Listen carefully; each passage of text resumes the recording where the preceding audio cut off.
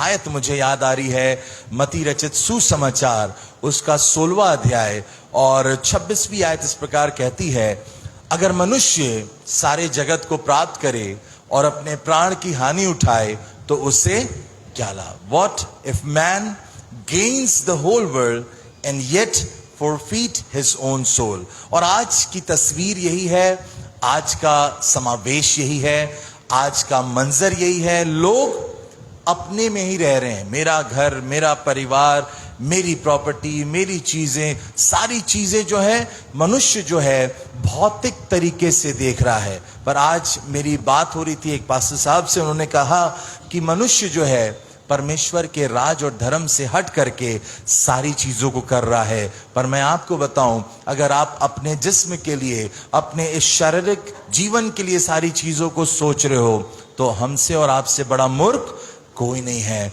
हमें, आपको मालूम, अपनी आत्मा के लिए सोचना है कि हम किस तरह से अपनी आत्मा को बचा सकते हैं। एक कहानी मुझे छोटी सी याद आ रही है। एक प्रोफेसर साहब थे और एक नाविक था। प्रोफेसर साहब एक विद्यालय में पढ़ाया करते थे। प्रोफेसर साहब का विद्यालय नदी पार करके जाना पड़ता था, कोई पुल नहीं था, कोई राजमार्ग नहीं था। और प्रोफेसर साहब जो थे उन्होंने अपने लिए एक नाव को बुक करके रखा था और उस नाविक के साथ प्रतिदिन उस विद्यालय तक वो जाया करते थे और जा करके लेक्चर्स को दिया करते थे। एक दिन की बात है, प्रोफेसर साहब बड़े खुश लग रहे थे, अच्छे नजर आ रहे थे। नाविक पूछा, प्रोफेसर साहब क्या बात है, आज कुछ मौसम बदला सा लग रहा है, बड़े खुश दिख रहे हो।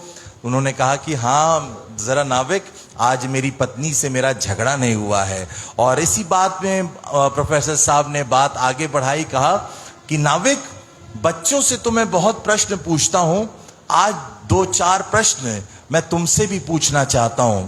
नाविक घबरा गया, कहने लगा, अरे प्रोफेसर साहब, मैं ठहरा अंगूठा छाप, मुझे कुछ ज्ञान नहीं, ज्ञानवान तो आप हैं, सारी शिक्षाओं की, सारी विद्याओं की तालीम तो आपने ली है, मुझे कुछ नहीं मालूम, फिर भी आप पूछ सकते हैं। प्रोफेसर साहब ने कहा, अच्छा नाविक ये बताओ, अंग्रेजी विषय कभी पढ़ा है तुमने? इंग्लिश सब्जेक्ट के बारे में कुछ मालूम है तुम्हें? नाविक कहने लगा, प्रोफेसर साहब मैं ठहरा अंगूठा छाप, मुझे कुछ भी आइडिया नहीं है। प्रोफेसर साहब ने कहा, नाविक तुम्हारी 1/3 जिंदगी बर्बाद है। नाव कुछ दूर और आगे बढ़ी। फिर प्रोफेसर साहब ने पूछा, अच्छा ये बताओ, हिस्ट्री तो पढ़ा होगा तुमने, इतिहास का तो कुछ ज्ञान होगा, कुछ तो जानते होगे। फिर नाविक मुस्कुरा के कहा, नहीं प्रोफेसर साहब, मुझे इतिहास के विषय के बारे में कोई ज्ञान नहीं, कुछ मालूमात नहीं। प्रोफेसर साहब ने कहा, तुम्हारी आधी जिंदगी बर्बाद है। नाव कुछ दूर और आगे बढ़ी। चलते चलते अचानक आकाश काली घटाओं से घिर गया, नाव हिचकोले खाने लगी, भंवरे लहरें उठने लगी और अचानक से वो नाव पलट गई। प्रोफेसर साहब भी नदी में गिरे और वो नाविक भी गिरा। नाविक ने तो बड़े जल्दी अपने आप को संभाल लिया, सहज कर लिया। प्रोफेसर साहब छटपटा रहे हैं। नाविक ने बड़े ध्यान से देखा, कहा, प्रोफेसर साहब बड़े विद्वान हो, बड़े ज्ञानवान हो, बड़ी विद्याओं की तालीम ली है, एक बात बताओ, तैरना आता है? प्रोफेसर साहब चिल्लाने लगे, अरे नहीं नाविक, मुझे तैरना नहीं आता है, मुझे बचा लो। नाविक ने मुस्कुरा के कहा, आज तो आपकी पूरी की पूरी जिंदगी बर्बाद है। खुदा के लोगों, मैंने कहा मनुष्य सारे जगत को प्राप्त करे और अपने प्राणों की हानि उठाए तो उससे क्या लाभ? अच्छा, आज की शाम कितने लोग खुश हैं? सच सच बताइएगा। बहुत कम लोग हैं, पर बहुत से लोग हैं जिनके चेहरे पे स्माइल दिख रही है, अच्छी बात है।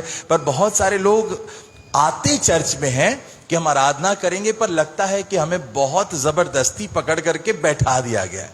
भैया आराधना करनी है, सर्विस अटेंड करना है, उसके बाद ही जाना है। और आपको मालूम, कई बार हम बड़े सहमे हुए, चेहरे बुझे हुए, 12 बजे हुए ऐसे नजर आते। पर मैं आपको बताऊं, परमेश्वर की हुजूरी में आनंद की भरपूरी है। आपको मालूम, ये आयतें, ये वचन हम सबको बचपन से सिखाए गए। क्यों सिखाए गए? ताकि हम अपनी जिंदगी में उदास ना रहें। और आपको मालूम, एक प्रश्न है आपसे, मसीही लोग कितने प्रकार के होते हैं? मुझे बातचीत करना बहुत अच्छा लगता है। आप सब लोग बहुत अच्छे लग रहे हैं, बहुत प्यारे लग रहे हैं। अपने पड़ोसी को देख के बोलें, पड़ोसी थोड़ा मुस्कुराइए। मैंने पूछा मसीही लोग कितने प्रकार के होते हैं? देखिए, मसीही लोगों की जब बात होती है, बहुत सारे, जी 3 प्रकार के। जी बताएं भैया, कौन कौन से? देखिए मैंने कहा ना, मसीही लोग बहुत प्रकार से वर्गीकरण किया गया है। असली मसीही, अजली मसीही, नकली मसीही, फरेबी मसीही। मैं आपको बताऊं, मैंने जो कैटेगरी रखी है वो है 2 तरह के मसीही लोग। एक कॉफी पॉट क्रिश्चियन, एक टी पॉट क्रिश्चियन। पुराने समय में जब घरों में ब्रेकफास्ट टेबल लगाई जाती थी, अब तो नहीं होता है, पुराने जमाने में जब ब्रेकफास्ट टेबल सजाई जाती थी तो एक कॉफी पॉट रखा जाता था और एक टी पॉट रखा जाता था। और कॉफी पॉट जो होता था वो पूरा गोल मटोल होता था, और जो टी पॉट होता था वो लंबा सा, लटका हुआ, बुझा हुआ। तो जिसको जो पीना रहता था, चाहे चाय या कॉफी, उसको देख करके समझ में आ जाता था, भैया ये जो लंबा सा है, जिसका मुंह लटका सा है, इसमें चाय है, और जो गोल मटोल है वो कॉफी पॉट है। खुदा के लोगों, आज की शाम कॉफी पॉट क्रिश्चियन हो जाना, मुस्कुराना, क्योंकि हम जिस परमेश्वर की आराधना करने आए हैं वो जिंदा खुदा है, वो अद्भुत परमेश्वर है, और उसकी उपस्थिति में हमने सबने आनंद को महसूस किया है। मित्रों, आज संसार की ओर जब हम नजरें उठा करके देखते हैं, मानव समाज, ये पूरा विश्व जो है, अशांति की ओर बढ़ते जा रहा है। पारिवारिक क्षेत्र उठा के देखिए, अशांति है। राजनीतिक क्षेत्र उठा करके देखिए, अशांति का माहौल है। सीमाओं के ऊपर देखें, अशांति का माहौल है। और मनुष्य शांति को पाने के लिए ना जाने कितना जतन कर रहा है, ना जाने कितना यत्न कर रहा है, ना जाने कितनी मेहनत कर रहा है। कभी बाबाओं का रुख कर रहा है, कभी पर्वतों का रुख कर रहा है, कभी गुफाओं का रुख कर रहा है, पर यह शांति उसको नहीं मिल पा रही है। मुझे याद आ रहा है, मैं एक बार जबलपुर शहर में मीटिंग के सिलसिले से गया हुआ था, और एक मीटिंग के बाद अंकल आंटी ने मुझे डिनर पर बुलाया था। मीटिंग समाप्त हुई और मैं अंकल आंटी के घर पर पहुंचा, और मैं उनकी मेज पर जैसे जा करके बैठा, मेरे सामने एक कैलेंडर टंगा हुआ था, और कैलेंडर की 1 तारीख पर लिखा था हाफ शांति, और कैलेंडर की दूसरी तारीख पर लिखा था नो शांति। मैं बड़ा देर उस विचार करने लगा, उस कैलेंडर को देख करके, कि आखिर बात क्या है, आखिर माजरा क्या है। अंकल आंटी अभी भी लड़ते हैं क्या? मुझे ऐसा ख्याल आया। अंकल आंटी जैसे ही किचन से वापस आए, मैंने पहले पूछा, अंकल आंटी ये बताओ, आप लोग लड़ाई करते हो कि आपको ये कैलेंडर मेंटेन करने की जरूरत पड़ रही है? एक दिन हाफ शांति, एक दिन नो शांति। अंकल आंटी मेरा चेहरा देखने लगे, ये कैसा प्रश्न पादरी साहब ने पूछ दिया।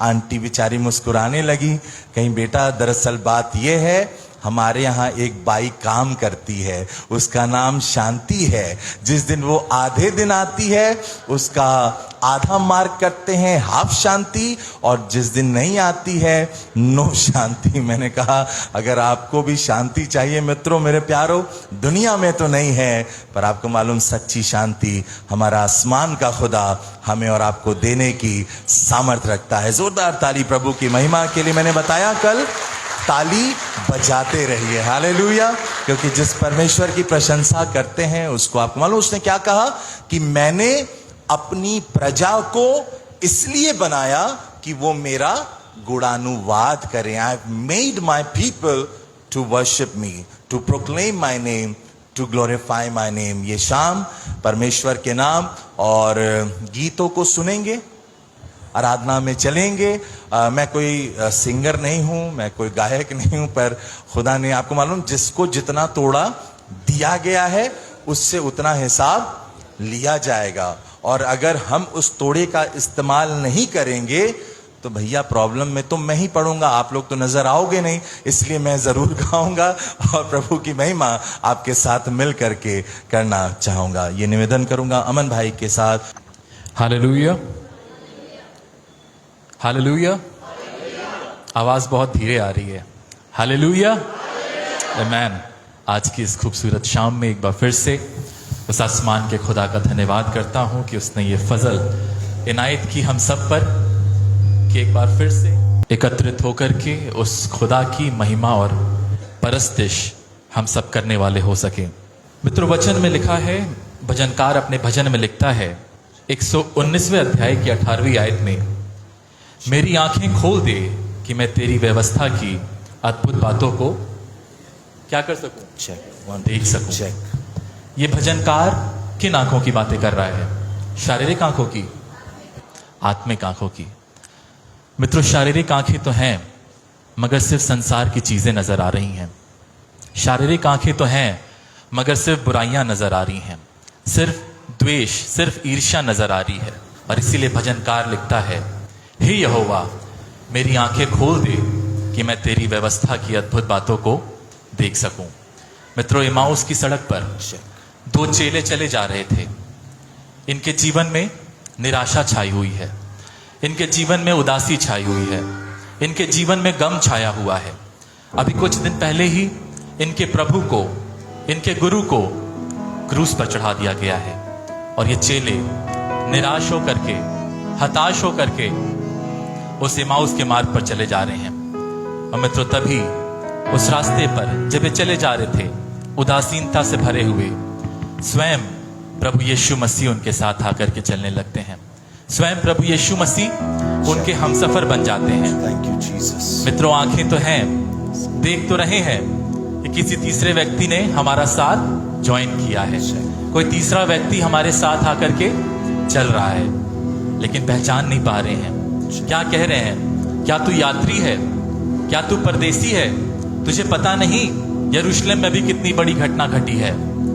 मित्रों, आंखें तो हैं मगर देख नहीं पा रहे हैं। और तभी जब प्रभु यीशु मसीह इनके घर पर जाते हैं, इन चेलों के साथ मेज पर बैठते हैं और रोटी तोड़ते हैं, मित्रों इन चेलों की आंखें खुल जाती हैं। पहचान लेते हैं जिसे हम यात्री समझ रहे थे, जिसे हम परदेसी समझ रहे थे, वो कोई और नहीं, वो तो हमारा प्रभु है। मित्रों, मरियम मगदलीनी और दूसरी मरियम भोर को ही पहुंच गए प्रभु की कब्र पर।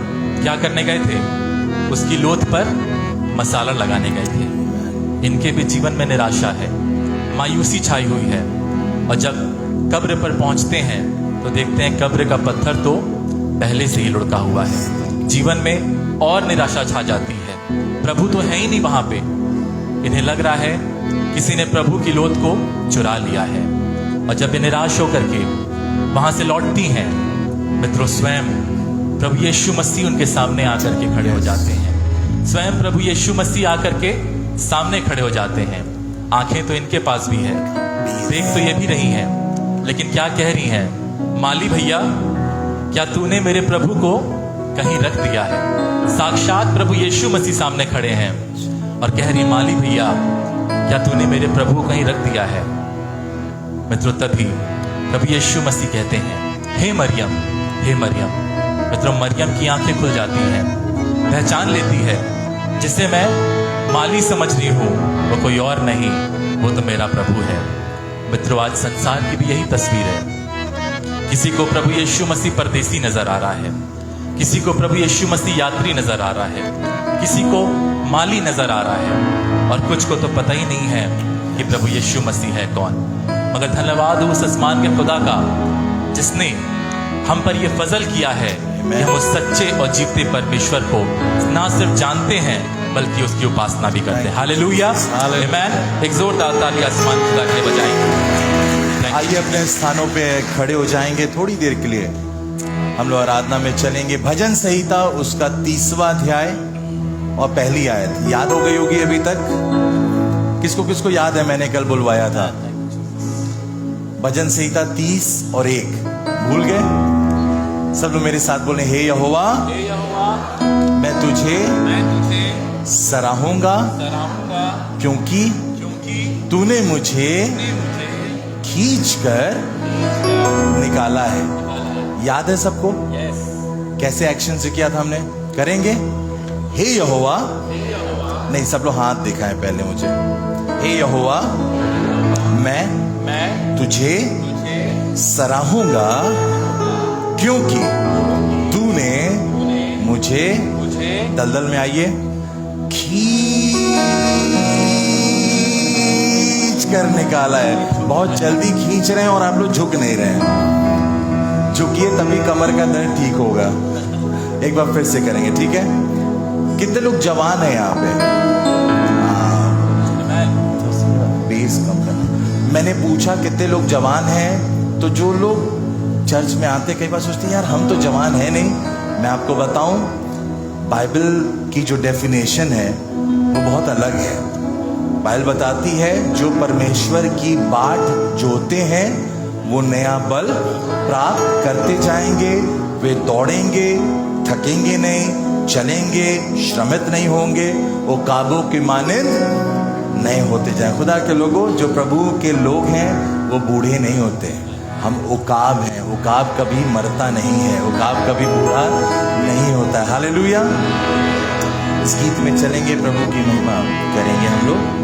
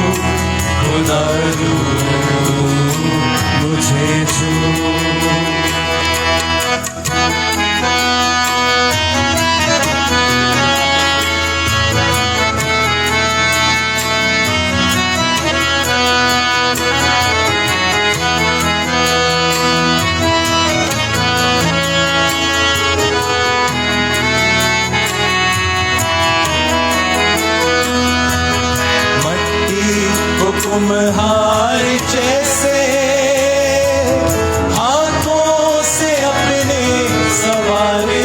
मट्टी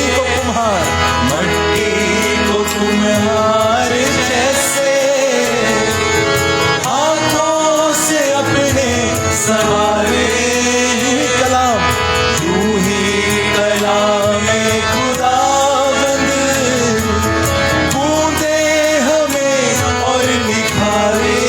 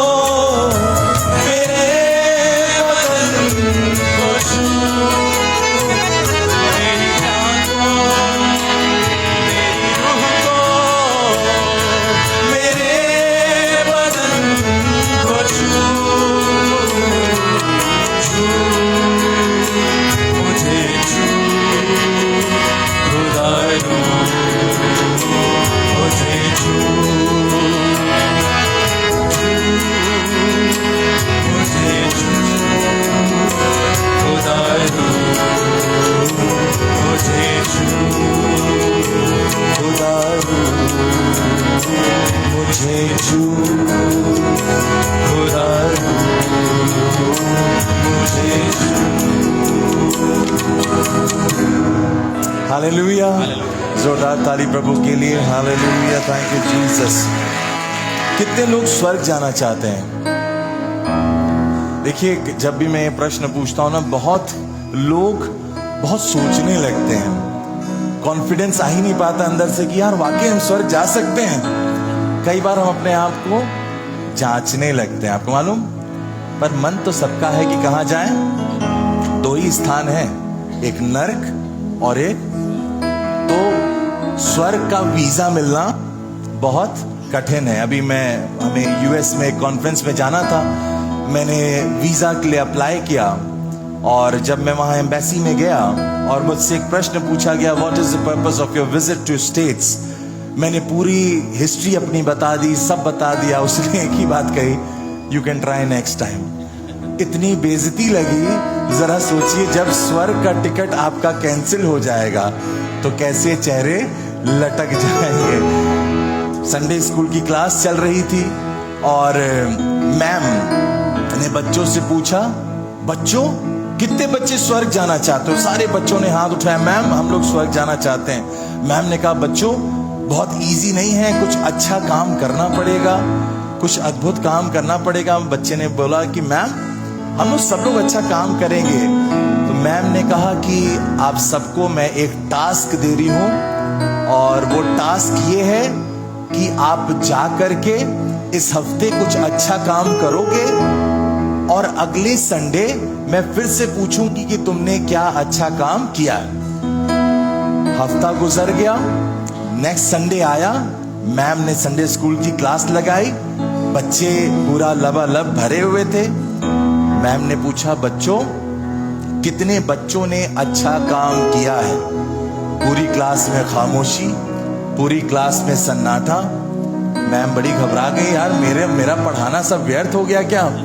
फिर उन्होंने हौसला अफजाई की, शाबाश बच्चों, बड़े होशियार हो, बड़े होनहार हो, कितने बच्चे लोगों ने अच्छा काम किया। पीछे से 3 लड़कों ने हाथ उठाया। मैम बड़ी खुश, चलो भैया 3 बच्चे हैं जिनको मैंने बचाया है। पूछा मैम ने, अच्छा बेटा, पहले वाले को खड़ा किया, तुमने कौन सा अच्छा काम किया है? मैम मैंने ना एक बुढ़िया को रास्ता पार कराया। मैम बड़ी खुश, अरे वाह, किसी बुजुर्ग की तुमने मदद की, शाबाश बेटा, तुम जरूर स्वर्ग जाओगे। दूसरे वाले को खड़ा किया, बेटा तुमने कौन सा अच्छा काम किया? मैम मैंने भी ना एक बुढ़िया को रास्ता पार कराया। मैम ने माथा ठुका, बे 2 बुढ़िया कहाँ मिल गई तुम लोग को? बोला खैर बैठ जाओ। तीसरे वाले को खड़ा किया, बेटा तुम बताओ तुमने क्या किया? मैम मैंने भी बुढ़िया को रास्ता पार कराया। मैम कही, अच्छा अब तो दाल में कुछ काला नजर आ रहा है, जल्दी से बता दो बात क्या है, माजरा क्या है?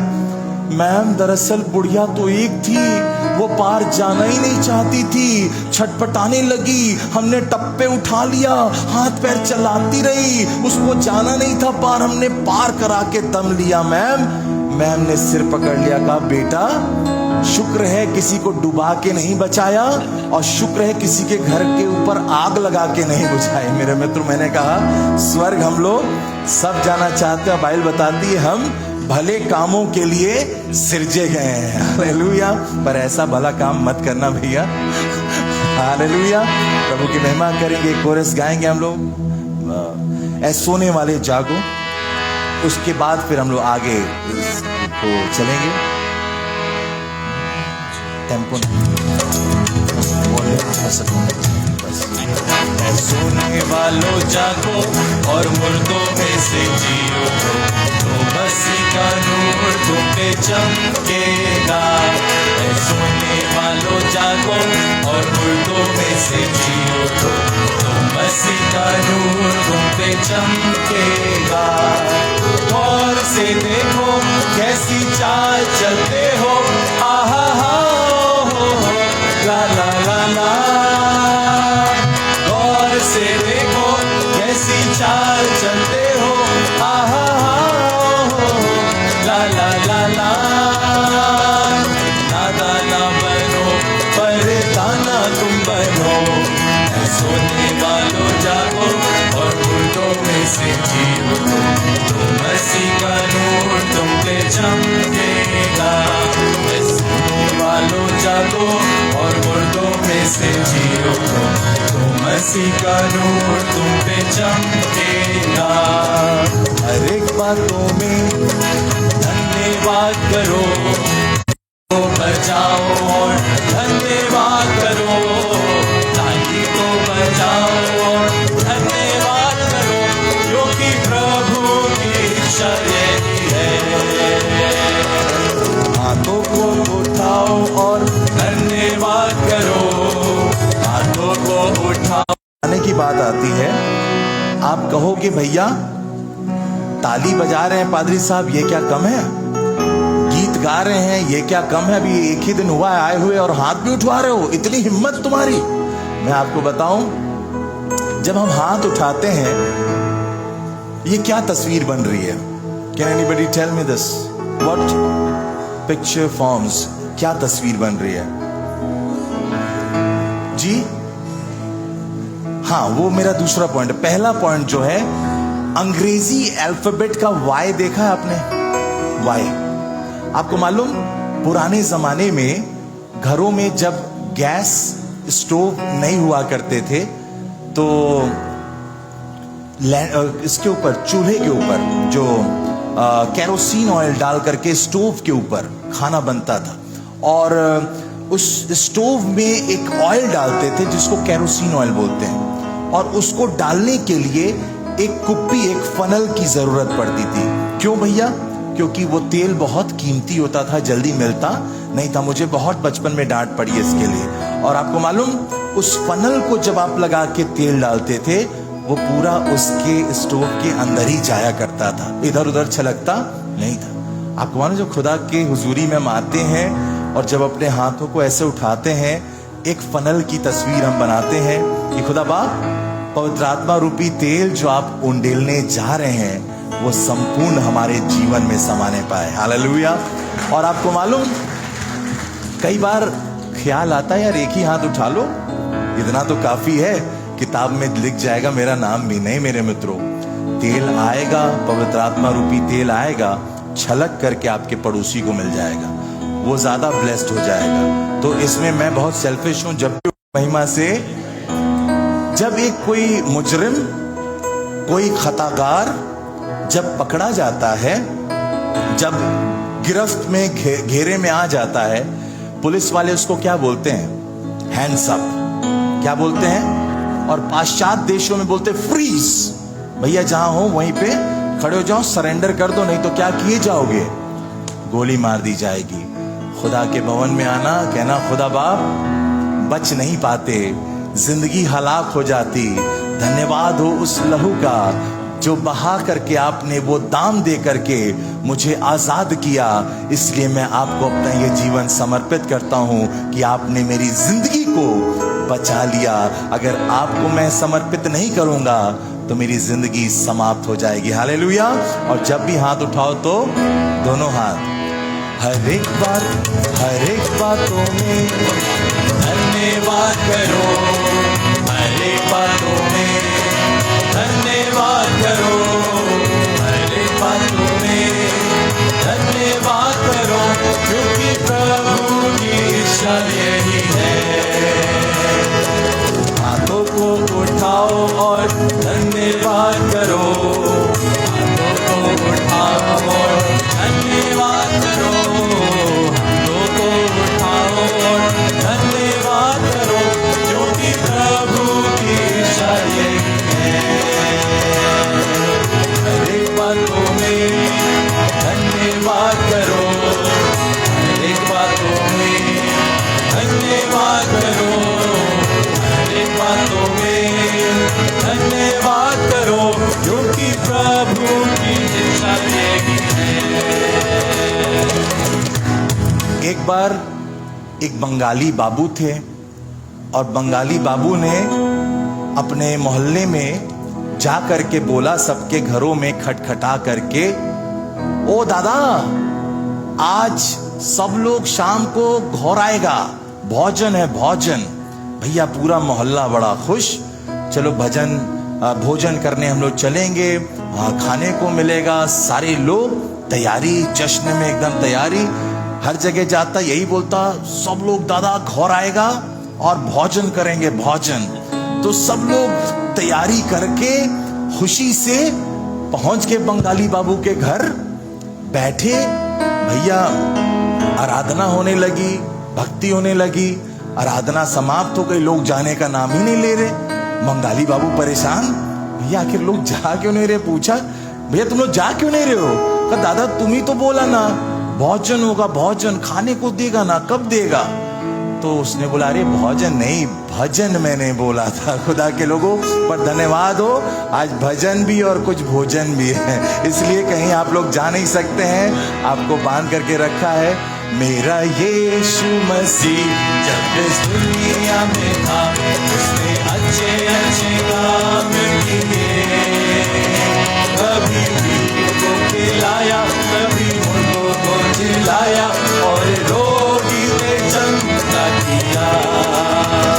मेरा यीशु मसीह जब इस दुनिया में था उसने अच्छे अच्छे काम किए। कभी भीड़ को खिलाया, कभी मुर्गों को जिलाया और रोटी पे चंदा किया। ओ जय जयकार, जय जयकार, ओ जय जयकार, जय जयकार यीशु की जय जयकार। ओ जय जयकार, जय जयकार, ओ जय जयकार, जय जयकार यीशु की जय जयकार। कितनी भीड़ थी? 5000। और चेले हो गए बिल्कुल, बताइए लाचार। क्या हो गए? और उनको सूझा ना कोई उपाय। भैया प्रभु ने कहा, डिपेंडेड होके कहते प्रभु जी तो हैं, चिंता क्या करना रे, प्रभु यीशु मसीह है, इतना खिलाते खिला देंगे। प्रभु ने जिम्मेदारी दे दी, तुम ही इन लोगों को खिलाओ। अरे बाप रे, हाथ पैर चेलों के फूल गए। अब भीड़ में ढूंढने लगे, आंटी कुछ खाने को दे दो, भागो यहां से, अपना टिफिन थोड़ा सा लेके आई हूं, तुम्हें क्यों दे दूं? किसी अंकल के पास गए, अंकल गुस्से में, नहीं नहीं हम क्यों दें तुम्हें?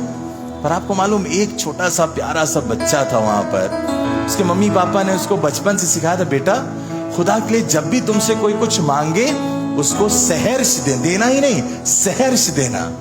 आपको मालूम चेले आए होंगे, बेटा क्या लाए हो? अंकल हम टिफिन नहीं देंगे, मम्मा ने मेरे लिए दिया है। उसने ऐसा बोला क्या? नहीं, बाइबल बताती है उसने दे दिया 5 रोटी और 2 मछली। वो बच्चे को मालूम है 2 तो तुम्हें दिया जाएगा। जब दे दिया, प्रभु के पास वो चीज लाई गई। बाइबल बताती है प्रभु ने जब वो रोटी को तोड़ा, हजारों हजार की भीड़ उससे सैर और आसुदा हुई। और याद रखना, प्रभु किसी का कर्जदार नहीं है। उसने उस बच्चे को भूला नहीं। प्रभु ने कहा उस बच्चे को बुला के लाओ। आपको मालूम 12 टोकरी बची थी, 12 टोकरे बचाए गए थे। कितने चेले थे प्रभु के? 12। प्रभु ने कहा सब शिष्यों को मेरे पास बुलाओ, 12 टोकरे ला दो, इस बच्चे के साथ जाओ, इसके घर तक छोड़ करके ये टोकरे दे के आना। मेरे मित्रों, मेरे प्यारों, जब वो बच्चा जा रहा होगा, मम्मी पापा दूर से देखे होंगे, अरे ये किसको लेके आ रहा है साथ में? ये कौन कौन आ रहा है? पूरा टोकरे पूरी आशीषों के साथ, ये कौन है भाई? बात क्या है? पहुंचा, बेटा किसको किसको लेके आया? अरे बाप रे बाप, पीटर अंकल, जॉन अंकल, ये लोग क्या कर रहे हैं यहाँ पे? मम्मा आपने सिखाया था 2 तो तुम्हें दिया जाएगा, और खुदा जब देता है छप्पर फाड़ के देता है। हालेलुया। मेरा यीशु मसीह जब इस दुनिया में था उसने अच्छे अच्छे काम किए। कभी भीड़ों को खिलाया, कभी मुर्दों को जिलाया और रोगी पे चंदा किया। ओ जय जयकार, जय जयकार, ओ जय जयकार, जय जयकार यीशु की जय जयकार। ओ भीड़ थी 5000 चेले समाचार, उनको सूझा ना कोई उपाय। जैसे यीशु ने एक लड़का वहां आया, रोटी मछली साथ लाया, यीशु ने दिया भीड़ को खिला। ओ जय जयकार, जय जयकार, ओ जय जयकार, जय जयकार, यीशु की जय जयकार, ओ जय जयकार। कितने दिन की कब्र बंद थी?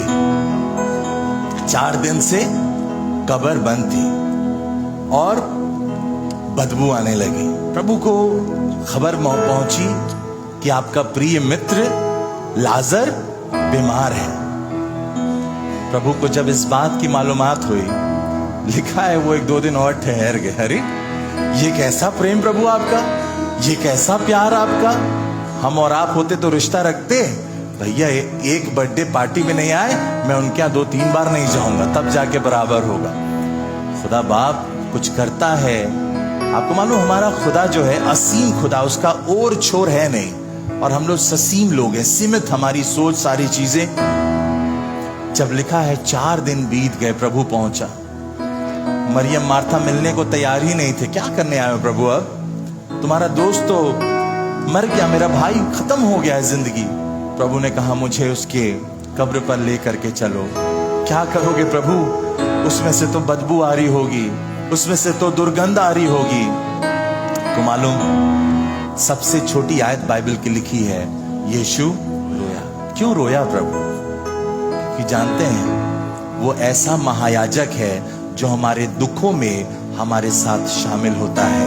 और जब वो पहुंचा, उसने जा करके कहा लाजर, लाजर बाहर निकला। मार्था को लगा कि भैया जब पुनरुत्थान का दिन आएगा तो मेरा भाई जी उठेगा। प्रभु इस बात से रो रहे थे कि इन लोग को इस बात की मालूमात नहीं है कि पुनरुत्थान तो उनके सामने ही खड़ा है।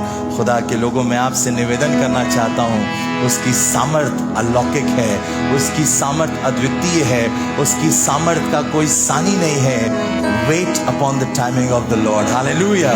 4 दिन की कब्र बंद, आती उसमें से दुर्गंध, लोगों को न था बिल्कुल विश्वास।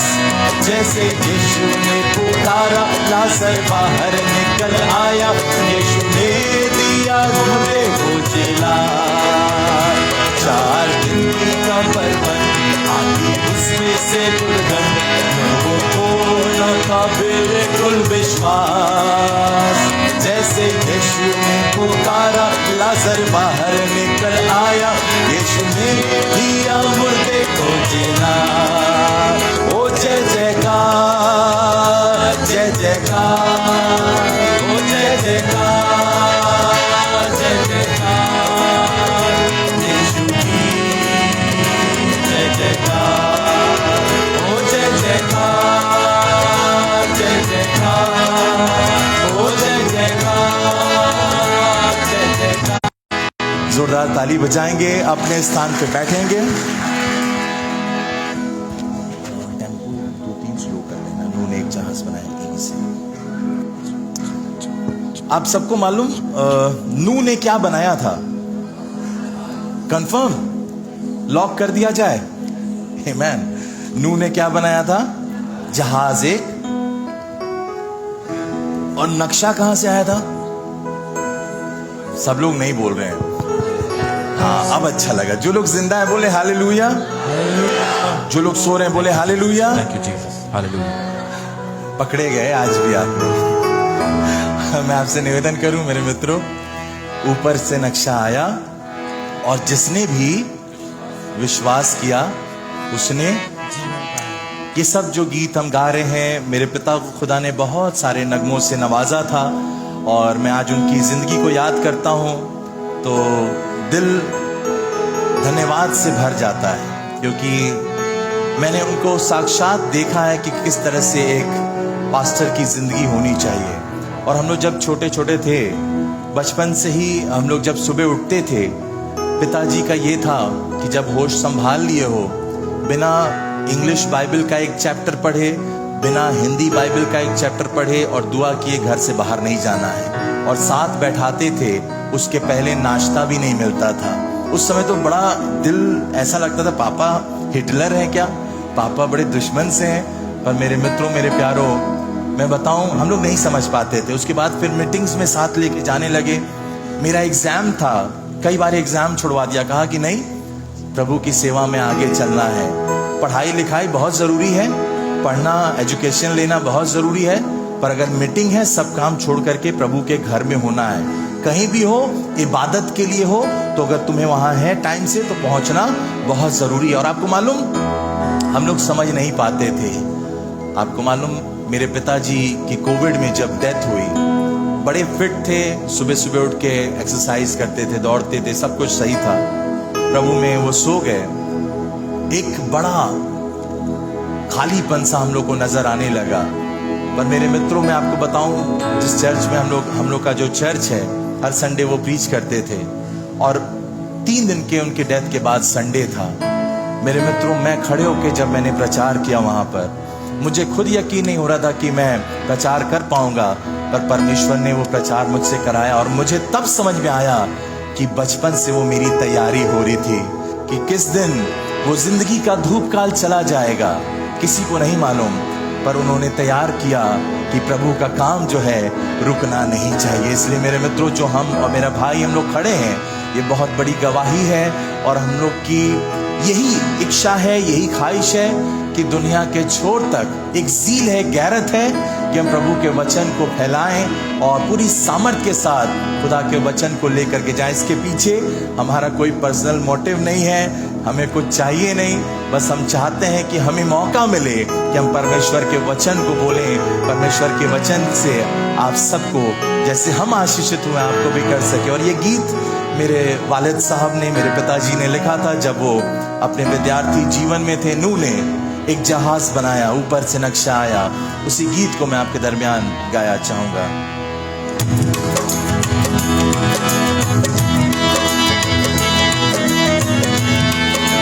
एक टेम्पो बढ़ा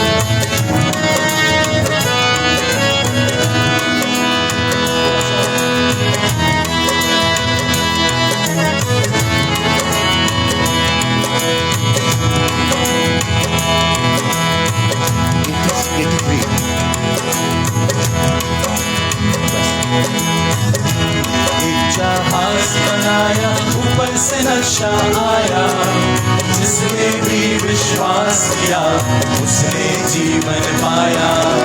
तूने एक जहाज बनाया, ऊपर से नक्शा आया, जिसने भी विश्वास किया उसने जीवन पाया।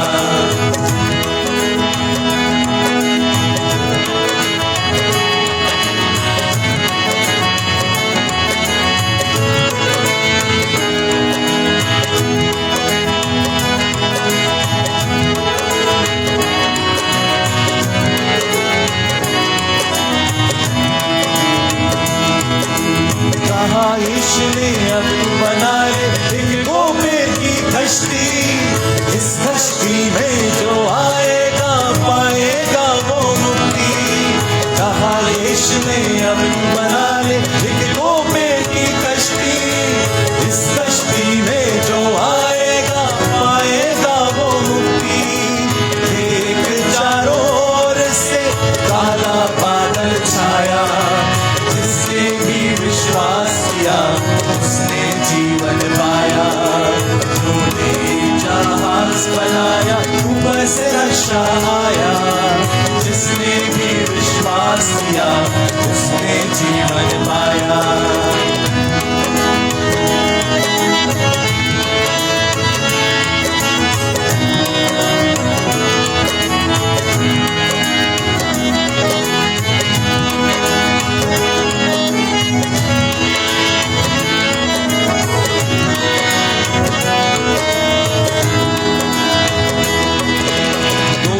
करके सारे प्राणी आए कश्ती के अंदर, कश्ती फिर लहराने लगी बीच घोर समुंदर। दो दो करके सारे प्राणी आए कश्ती के अंदर, कश्ती फिर लहराने लगी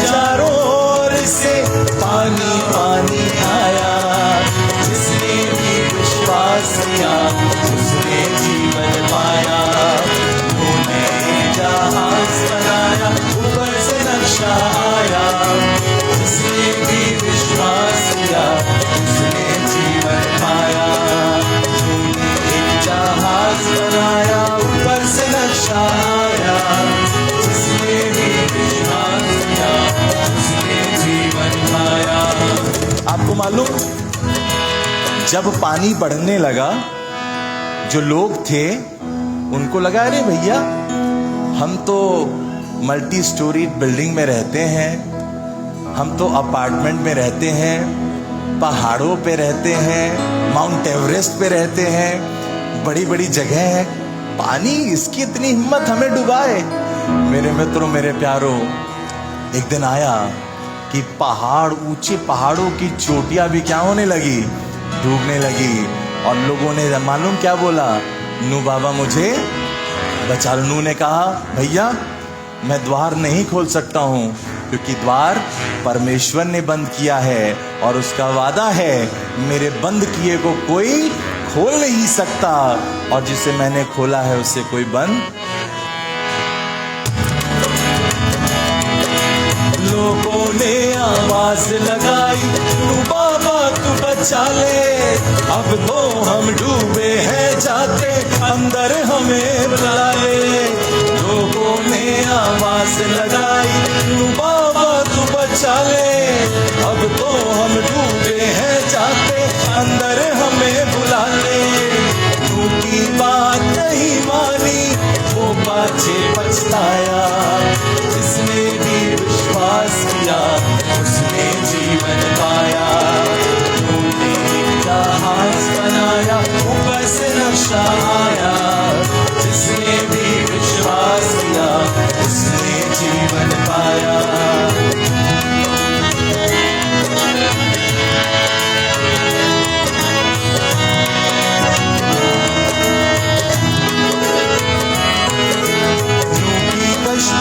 मेरा मसीहा मौका है भाई आजा, जब तक द्वार खुला है देखो इसको अपना बना जा।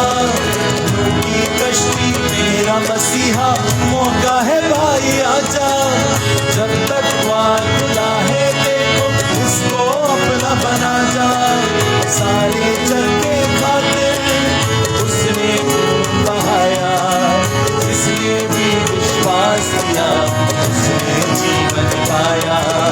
तूने एक जहाज बनाया, ऊपर से नक्शा आया, जिसने भी विश्वास किया उसने जीवन पाया। जिसने भी विश्वास किया उसने जीवन पाया। जिसने भी विश्वास किया उसने जीवन पाया। ताली आप बजा सकते हैं प्रभु की महिमा के लिए। मैं आपको याद दिला दूं, एक पत्रिका है सत्य ज्योति पत्रिका, और मैंने कल बताया था, और एक बच्चों के लिए एक Bible story kids zone, kids book करके है, आप लेना चाहें तो जरूर हमसे लें। बहुत सारे परिवारों ने लिया और बहुत सारे फैमिलीज ने अपने सहयोगी हाथों को बढ़ाया हमारे ऑर्फनेज के लिए, हमारी संस्था के लिए, हमारे मिनिस्ट्री के लिए। प्रभु आप सबको बहुत आयत की आशीष दे। और आपको मालूम ये दिन आखिरी दिन है, दिल मन बिल्कुल नहीं है आप लोग के बीच से जाएं, पर आज की शाम प्रभु के नाम, और जब हम यहाँ पे जमा हैं, एक विदाई का गीत आपके दरमियान गाया चाहूँगा, और बहुत ही प्यारा ये गीत है। मैं आपसे पूछूं कितनी कुंवारियां थी? पक्का? कंफर्म? तो घबरा क्यों नहीं, बोलिए हाँ पक्का। कितनी कुंवारियां थी और कितनी सो रही थी? हाँ, फेल हो गए टेस्ट में, जल्दी निकालिए। मत्ती रचित सुसमाचार उसका 25वां अध्याय, और पढ़िए पहली आयत से। कोई बुलंद आवाज में पढ़ दे, कोई भी। तब स्वर्ग का राज्य उन 10 कुंवारियों के समान होगा जो अपनी मशालें लेकर दूल्हे से भेंट करने को निकली। अब 5वीं आयत पढ़िए। जब दूल्हे के आने में देर हुई, क्या लिखा है? 5, सब की सब ऊँघने लगी और कितने सो गए?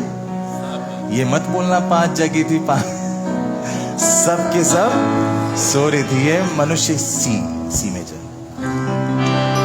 इसी पे गीत मैं आपके लिए गाया चाहूंगा। ये मेरे भाई ने लिखा था, अब वो इस दुनिया में नहीं है, वरदान ली ग्रे करके उनका नाम था। वो भी कोविड में प्रभु में सो गए। मेरे पिताजी के इंतकाल के ठीक 3 दिन के बाद वो मेरे बड़े भाई की भी डेथ हो गई थी। पर मैं धन्यवाद देता हूं कि प्रभु ने हम सबके लिए एक मकसद रखा है, एक विजन रखा है, और जो दौड़ प्रभु ने हमें दी है उसमें हमें दौड़ते रहना है ताकि हम और आप इनाम पा सकें। हालेलुया।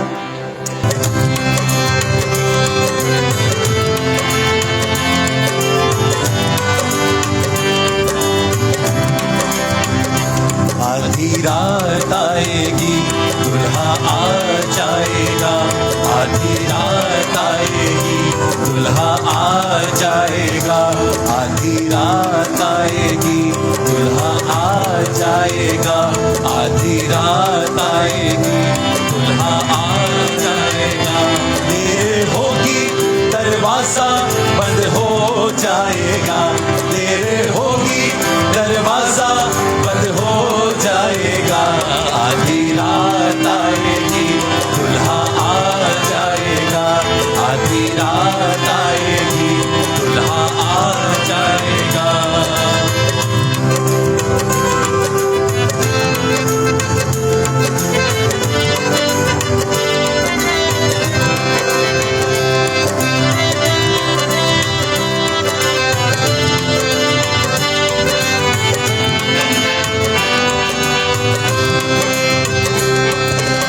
आपको मालूम, बड़ी अच्छी पंक्तियां हैं, बड़े ध्यान से सुनिएगा तो इस गीत का मजा आएगा। तेल लेने शहर में कहाँ तुम जाओगे? तेल लेने शहर में कहाँ तुम जाओगे? खाली हाथों वापस तुम चले आओगे। खाली हाथों वापस तुम चले आओगे। बत्ती बुझ जाएगी, तेल घट जाएगा। बत्ती बुझ जाएगी, तेल घट जाएगा। सारी आशाओं पे पानी सा फिर जाएगा। सारी आशाओं पे पानी सा फिर जाएगा। तेल मांगोगे तो कोई नहीं देवेगा।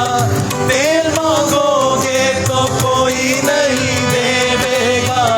तेल मांगोगे तो कोई नहीं देवेगा। तेल मांगोगे तो कोई नहीं देवेगा। ये सुनहरा सा अवसर निकल जाएगा। ये सुनहरा सा अवसर निकल जाएगा। आधी रात आएगी, दुल्हा आ जाएगा। आधी रात आएगी, दुल्हा आ जाएगा। मुझे एक किस्सा याद आ रहा है, बताऊं? सुनेंगे? आपको मालूम, मीटिंग का आखिरी दिन था और विदाई गीत में गाने के लिए खड़ा हुआ और 2-4 लाइन मैंने गाई। तभी एक अंकल पीछे गुस्से से देखने लगे मुझे और अपने स्थान पे खड़े हो गए। मैं थोड़ा सा सहमा, मैं थोड़ा सा डरा। मैंने आवाज़ धीमे की। भैया वो बाहर गए, इतनी बड़ी लाठी लेकर के खड़े हो गए। मैंने डरते कांपते हुए 2-4 लाइन और गाई। वो लाठी घुमाते घुमाते एकदम सामने आ गए। मैं रुक गया। मैं कहा अंकल नहीं पसंद आ रहा है, मैं बिल्कुल नहीं गाऊंगा। वो कहे नहीं नहीं पादरी साहब, आप तो गाओ, आप हमारे मेहमान हो। मैं तो उससे ढूंढ रहा हूं जिसने आपको बुलाया है। तो मेरे जाने के बाद किसी को ढूंढना नहीं भैया। आधी रात आएगी, दुल्हा आ जाएगा। आधी रात आएगी, दुल्हा आ जाएगा। देर होगी, दरवाजा बंद हो जाएगा। देर होगी, दरवाजा बंद हो जाएगा। आधी रात आएगी, दुल्हा आ जाएगा। जो 5 कुमारियां थी जिनके पास तेल था, बाकी 5 गए भैया हमारी थोड़ी मदद कर दो, थोड़ा सा तेल दे दो। हो सकता है उन लोगों ने उनकी मदद कर भी दी हो, पर आपको मालूम कहानी क्या कहती है? तेल लेकर कहीं से घर चले आओगे। तेल लेकर कहीं से घर चले आओगे। द्वार द्वार जब बंद मिलेगा तो पछताओगे, द्वार जब बंद मिलेगा तो पछताओगे। अपनी करनी का फल तुमको मिल जाएगा, अपनी करनी का फल तुमको मिल जाएगा। एक अंधेरा सा आंखों पे छा जाएगा, एक अंधेरा सा आंखों पे छा जाएगा। रोगे फिर भी वो दुल्हा नहीं मानेगा, रोगे फिर भी वो दुल्हा नहीं मानेगा, रोगे फिर भी वो दुल्हा नहीं मानेगा, रोगे फिर भी वो दुल्हा नहीं मानेगा। ना तो जाने ना तुमको वो पहचानेगा, ना तो जाने ना तुमको वो पहचानेगा। आधी रात आएगी दुल्हा आ जाएगा, आधी रात आएगी दुल्हा आ जाएगा। देर होगी दरवाजा बंद हो जाएगा, देर होगी दरवाजा बंद हो जाएगा। आधी रात आएगी दुल्हा आ जाएगा, आधी रात आएगी दुल्हा आ जाएगा। हालेलुया। वचन में हम लोग चलेंगे, पर इससे पहले वचन में चलें स्क्रिप्चर रीडिंग में निवेदन करूंगा भैया से करवा दें। और स्क्रिप्चर रीडिंग में चलेंगे और पढ़ने के लिए निकालें उत्पत्ति की पुस्तक, उसका 6 अध्याय और उसकी 9 आयत से 22 आयत तक। मारिया सामने आकर उसको पढ़ दें।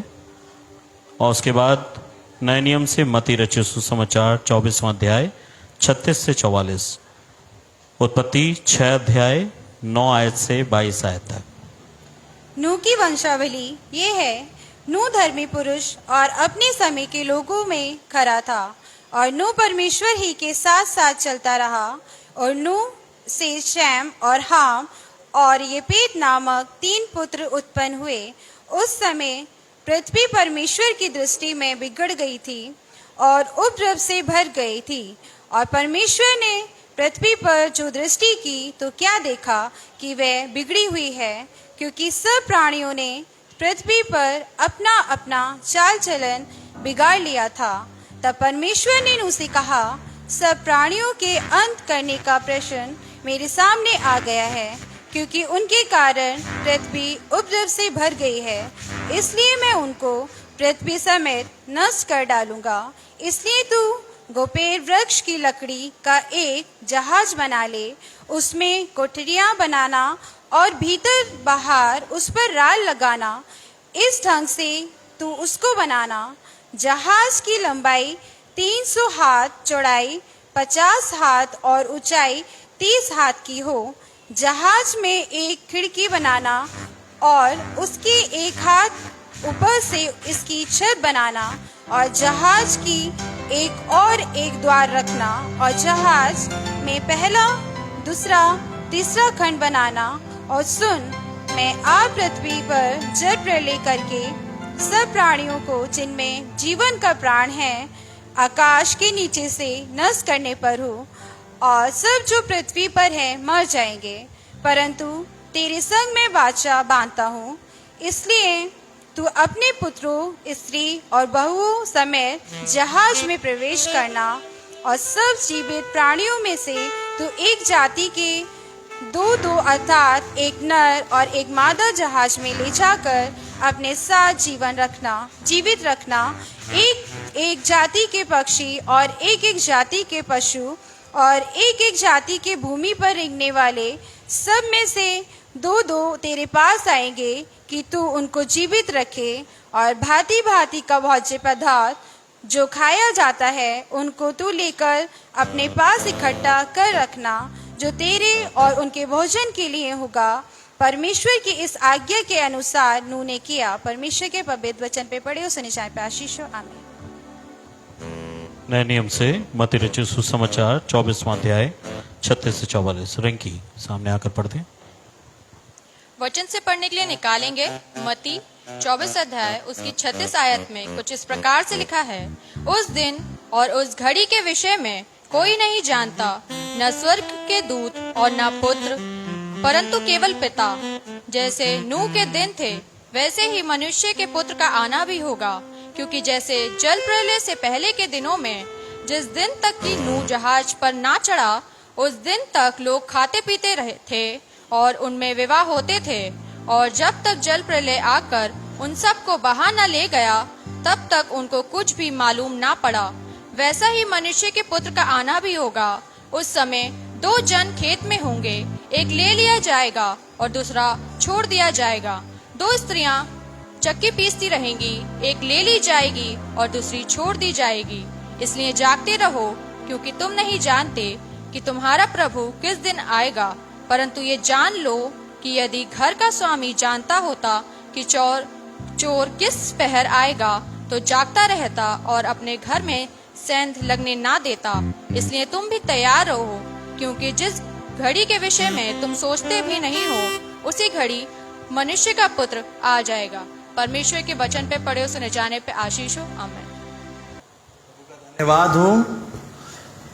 किसी ने क्या खूब कहा है, सुबह होती है शाम होती है, जिंदगी यूं ही तमाम होती है। मैं आपको बताऊं, मसीही लोगों के लिए ये बात बिल्कुल सही नहीं बैठती है। मसीही लोगों के लिए सुबह होती है शाम होती है, यूं ही प्रभु में जिंदगी आबाद होती है। हालेलुया। प्रभु का धन्यवाद हो आज की इस अलौकिक संध्या के लिए, इस सुनहरी शाम के लिए जो प्रभु ने हमारे आपके जीवनों में दिया, कि हम परमेश्वर की बच नहीं पाओगे, शैतान बच नहीं पाओगे। मेरे पास परमेश्वर का वचन है, मेरे पास परमेश्वर की आवाज है, मेरे पास परमेश्वर की तलवार है, मेरे पास परमेश्वर की व्यवस्था है, और मेरे पास किताबों की किताब है। क्यों किताबों की किताब है? दुनिया की सारी किताबें, पुस्तकों के संग्रहालय एक दिन आएगा, सब कुछ खत्म हो जाएगा, हलाक हो जाएगा, समाप्त हो जाएगा। पर मैं इसलिए मुझे डिस्टर्ब मत करना, और तन से आए हो तो मन से भी आ जाना।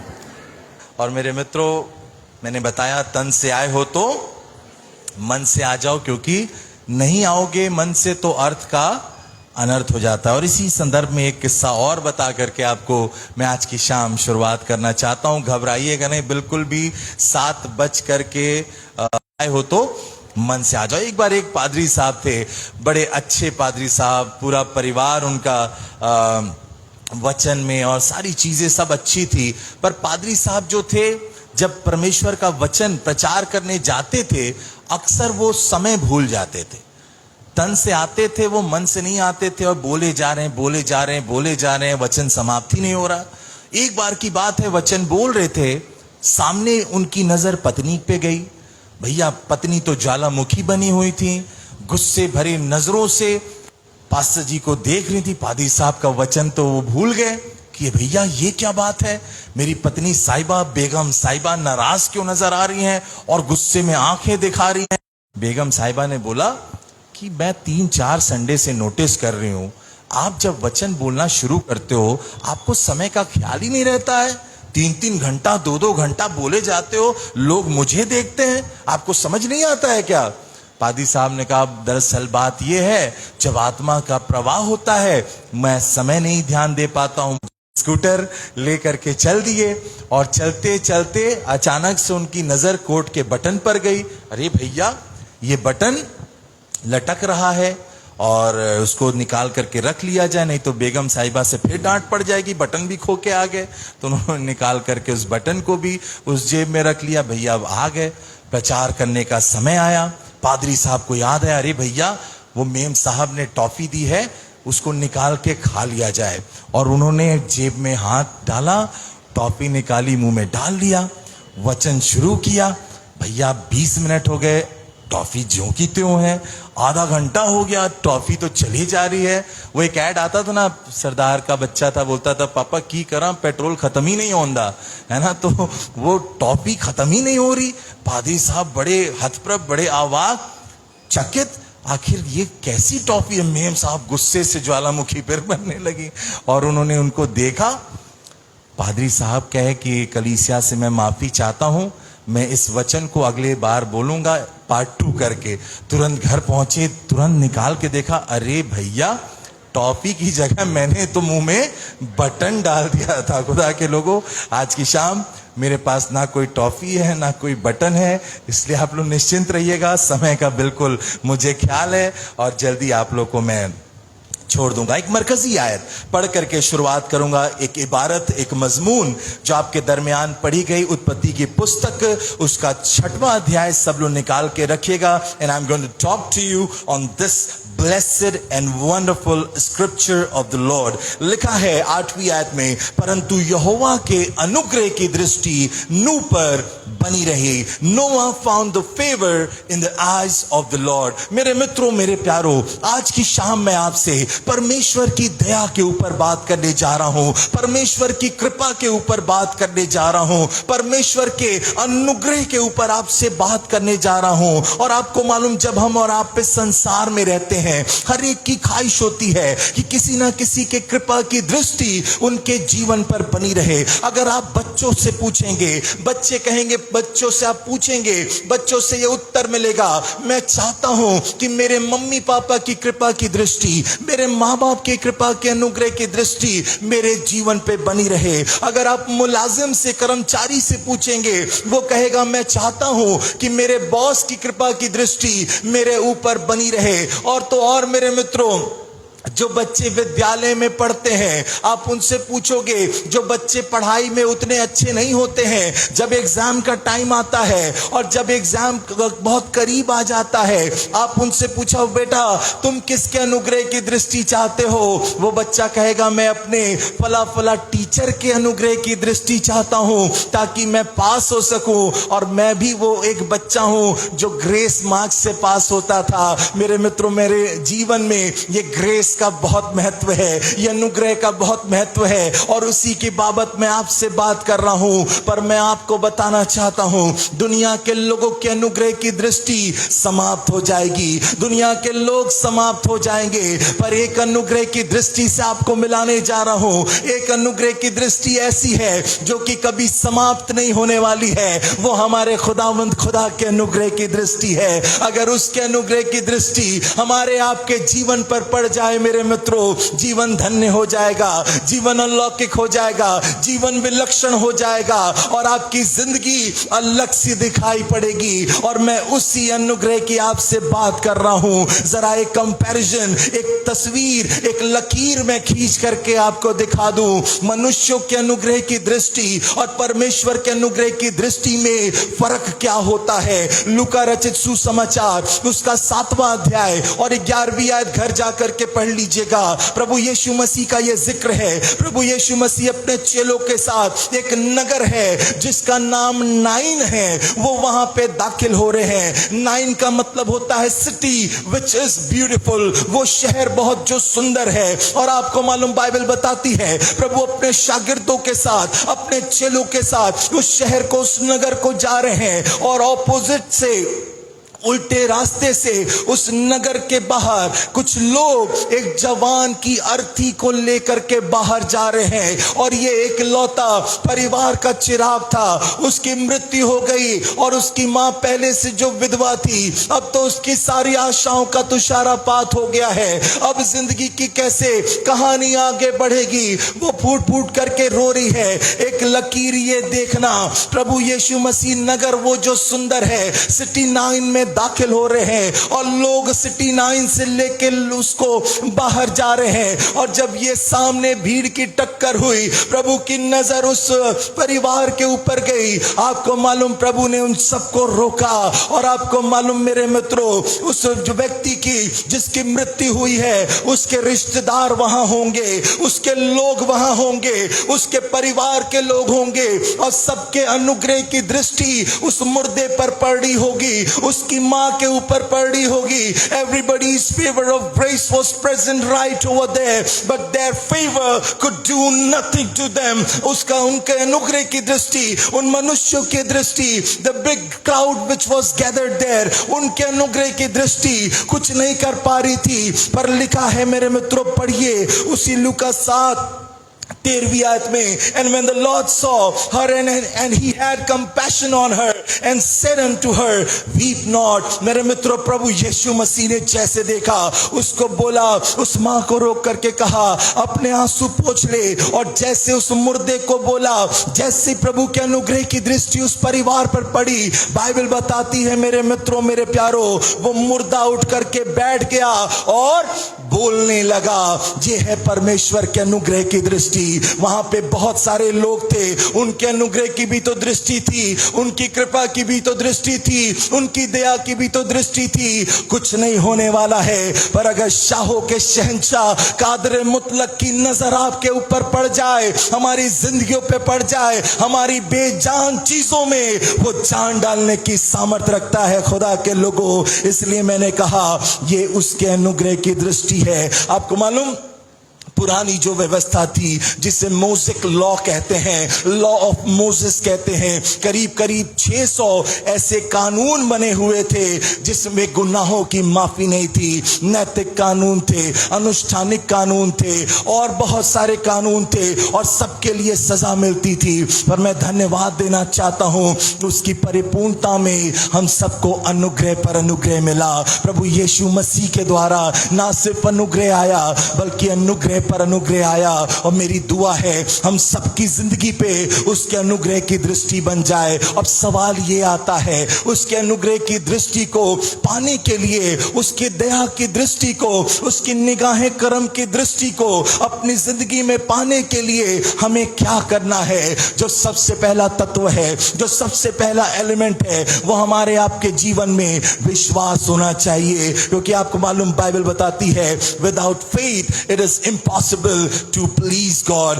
विश्वास बिना परमेश्वर को प्रसन्न करना अनहोना है और विश्वास कर्म बिना अधूरा है. खुदा के लोगों, अगर हमारे आपके जीवन में विश्वास नहीं है, हम पे आपके ऊपर, हमारे ऊपर, आपके जीवन के ऊपर उसके अनुग्रह की दृष्टि नहीं आ सकती है. पर अगर विश्वास है, आप अद्भुत परमेश्वर की दृष्टि को अपने जीवन में देखने पाओगे. एक बार की बात है मेरे मित्रों, प्रभु यीशु मसीह उपदेश दे रहे थे. लूका रचित सुसमाचार उसका 5वां अध्याय 17वीं आयत से पढ़ लीजिएगा. प्रभु यीशु मसीह उपदेश दे रहे हैं और वहां पर व्यवस्थापक हैं, वहां पर बड़े फरीसी हैं. There were big crowd over there gathered there, and mob of Pharisees were there, and the people who were knowing the law of Moses were also there. बहुत सारे पढ़े लिखे लोग, बड़े सारे समझदार लोग वहां पर हाजिर हैं मेरे मित्रों, मेरे प्यारों. और आपको मालूम, बाइबल बताती है बहुत सारे लोग खाट पर वहां आए हुए हैं, बहुत सारे लोग विरक्त लोग, बहुत सारे जो रोग ग्रसित लोग हैं वो वहां पर आए हुए हैं, क्योंकि प्रभु से वो चंगाई को चाहते थे. और लिखा है एक झोले का मारा आया हुआ है, one cripple man has come, और उसके दोस्त उसको लेकर के आए हैं. और मैं आपसे निवेदन करूं, एक किताब में पढ़ रहा था एक स्कॉलर की, उसमें उन्होंने लिखा है सिर्फ एक ही झोले का मारा नहीं था, वहां तांता लगा हुआ था, वहां लाइन लगी हुई थी. There were so crippled men over there, there were so many people who were sick. बहुत सारे लोग बीमार थे, बहुत सारे लोग रोगग्रसित थे. और आपसे मैं निवेदन करूं, किसी के ऊपर प्रभु के अनुग्रह की दृष्टि नहीं पड़ रही थी, पर मैं आपसे निवेदन करना चाहता हूं, इसके दोस्तों ने देखा कुछ अलग करना पड़ेगा, कुछ अलग करना पड़ेगा. इनका विश्वास देखिए, ये छत पर चले गए और उन्होंने छत को उजाड़ना शुरू किया और सीधे वहां प्रभु के सामने उतार दिया. मेरे मित्रों, विश्वास तो था और कर्म करके दिखाया. लिखा है प्रभु की नजरें उस झोले के मारे के ऊपर पड़ गई. और आपको मालूम प्रभु ने क्या बोला? लूका 5:20 पढ़िए. उसने उनका विश्वास देखकर उनसे कहा, हे मनुष्य तेरे पाप क्षमा हुए हैं। और वो चलने लगा। खुदा के लोगों, जैसे अनुग्रह की दृष्टि मिली वो चलने लगा। कैसे हुआ? विश्वास को देख करके। एक छोटी सी कहानी याद आ रही है। एक मसीही गांव था मेरे मित्रों, और उस गांव में बारिश नहीं हो रही थी, वर्षा नहीं हो रही थी। पादरी साहब ने कहा, हम लोग अगले संडे फास्टिंग प्रेयर करेंगे। पूरी कलीसिया में आह्वान किया कि we will do the fasting and prayer, और सब लोग आना विश्वास के साथ। आपको मालूम, सारी जमात आ गई, सारे लोग आ गए, और एक छोटी सी बच्ची भी आई है, अपने हाथ में छाता लेकर के आई है। लोग देख करके हंसने लगे, अरे पगली, तुझे मालूम नहीं बारिश तो महीनों से नहीं हुई है? तुझे मालूम नहीं पानी तो कोई गिर ही नहीं रहा है, उम्मीद ही नहीं है। वो कुछ बोली नहीं मेरे मित्रों। प्रार्थना करने लोग आए हुए हैं, ये अपने विश्वास को लाई थी। और जब मंडली लौ लगा करके प्रार्थना कर रही थी, अचानक आकाश काली घटाओं से घिर गया और तेज मूसलाधार बारिश होने लगी। दुआ समाप्त हो गई। लोग चर्च के वरांडा में खड़े थे, और ये छोटी लड़की सबको मुस्कुराते हुए देखते हुए अपने छाते को खोलती है और मुस्कुरा के थैंक यू जीसस करके अपने घर चली जाती है। जानते हैं क्यों? क्योंकि उसको विश्वास था, और विश्वास कर्म बिना अधूरा है। और उसके जीवन पर इसलिए अनुग्रह हुआ क्योंकि उसने विश्वास को अपने जाहिर किया। और अपने मजमून के ऊपर चलते हैं। 2-4 बातें बताऊंगा मेरे मित्रों। सबसे पहली बात, क्यों अनुग्रह की दृष्टि नूह के ऊपर पड़ी? उतने लोग, इतनी सारी दुनिया, इतने सारे लोगों के बीच में परमेश्वर के अनुग्रह की दृष्टि नूह के ऊपर क्यों बनी रही? मैं आपसे निवेदन करना चाहता हूं, जो सबसे पहली बात है मेरे मित्रों, नूह के जीवन में विश्वास पाया जाता है। इफिसियों की पत्री उसका 2 अध्याय और 8वीं आयत आपके लिए पढ़ दूं। लिखा है, क्योंकि विश्वास के द्वारा अनुग्रह से तुम्हारा उद्धार हुआ है। अगर विश्वास है तो याद रखना अनुग्रह आएगा, और जब अनुग्रह आता है उद्धार हो जाता है। और आपसे निवेदन करूं, जब नूह के समय में आप चलेंगे, उत्पत्ति के पुस्तक का अध्ययन करेंगे और नूह के समय का विश्लेषण करेंगे, आप जानने पाएंगे मेरे मित्रों, मेरे प्यारों, कितना वो बुरा समय था। वो पाप से, बुराई से, ईर्ष्या, जलन से भरा हुआ था। और बाइबल बताती है कि मनुष्य के मन में जो कुछ उत्पन्न होता था वो निरंतर बुरा ही होता था। And Lord really regretted to create the mankind. आसमान का खुदा कहने लगा, मैं लोगों को मिटा दूंगा। मैंने जो हस्ती मनुष्य की बनाई है, मैं उनको मिटा दूंगा। और मैं आपको बताना चाहता हूं क्या हो रहा था उन दिनों में। मत्ती रचित सुसमाचार 24वां अध्याय 37वीं आयत से घर जाके पढ़िएगा। आपको मालूम, लिखा है, लोग खाते पीते थे। आज की तस्वीर उठा के देख लीजिए मेरे मित्रों, आज भी तो हर जगह ये फास्ट फूड का प्रचलन चल गया है। कितने नुक्कड़, कितने चौराहों पर ना जाने कितनी गुमटियां लग रही है। कहीं ये मिल रहा है, कहीं वो मिल रहा है, और हजारों हजार लोग उनको जाकर के खा रहे हैं। मुझे याद है मेरे मित्रों, 2 साल पहले मैं अहमदाबाद में था। जब मैं प्रचार करने वहां पे गया, पास्टर जी ने मुझसे बोला, पास्टर मुरार, हम लोग मीटिंग के बाद एक ओपन एयर रेस्टोरेंट में जाकर के खाना खाएंगे। मेरे मित्रों, रात का करीब 11 बज रहा था। जब हम लोग वहां पहुंचे, मैं आपसे निवेदन करूं, करीब 600 कुर्सियां वहां टेबल लगी हुई थी और एक भी खाली नहीं थी। हमें खड़ा रहना पड़ा। और मुझे याद आया, जैसे नूह का समय था, यही समय तो चल रहा है। और लोग क्या करते थे, उनमें ब्याह शादियां बहुत होते थे। आज की तस्वीर देखो मेरे मित्रों, हर 2 मिनट पे शादी दिखाई देती है, हर समय शादी दिखाई देती है। इतनी जल्दबाजी रहती है इस शादी की कि कोविड में भैया थाने में बैठे हैं, इंस्पेक्टर साहब निवेदन कर रहे हैं, प्लीज 4 जन जाएंगे, शादी करके आ जाएंगे। अरे भैया, इतनी क्या जल्दी मची हुई है, ठहर जाओ, कोविड समाप्त हो जाने दो। नहीं, शादी बहुत जरूरी है। नूह का समय मेरे मित्रों, वही तस्वीर आज भी तो है। और क्या होता था, लोग पेड़ पौधे लगाते थे। आज भी सबके घरों में चले जाओ, नाम भले ना मालूम हो, पेड़ पौधे जरूर लगाएंगे। पानी डाले चाहे ना डाले, पेड़ पौधे तो जरूर लाएंगे। और नर्सरी दिख गई, अरे रोको बेटा रोको, थोड़ा नर्सरी घूम आए, कुछ ज्ञान हो ना हो। मेरे मित्रों, नूह के जमाने की यही तो तस्वीर थी। हर जगह बुराई, हर जगह वैमनस्य, हर जगह ईर्ष्या, हर जगह लड़ाइयां, हर जगह यही सारी चीजें तो हो रही थी, लोग एक दूसरे के जान के प्यासे थे। और नू प्रचार कर रहा है, नू प्रचार कर रहा है, मन फिरा लो, समय बदलने वाला है, आकाश से पानी गिरने वाला है, जमीन से सोते फूटने वाले हैं, सब कुछ डूब करके समाप्त हो जाएगा। पर नू की बातों पर कोई यकीन नहीं कर रहा है, उसकी बातों पर किसी को मुस्तकिल यकीन नहीं हो रहा है। पर मैं आपको बताऊं बाइबल नू के बारे में क्या बताती है। इब्रानियों की पत्री उसका 11वां अध्याय और 7वीं आयत कहती है, विश्वासी से नू ने उन बातों के विषय में जो उसे दिखाई नहीं पड़ती थी चेतावनी पा करके भक्ति के साथ अपने घराने के बचाव के लिए उसने जहाज बनाया।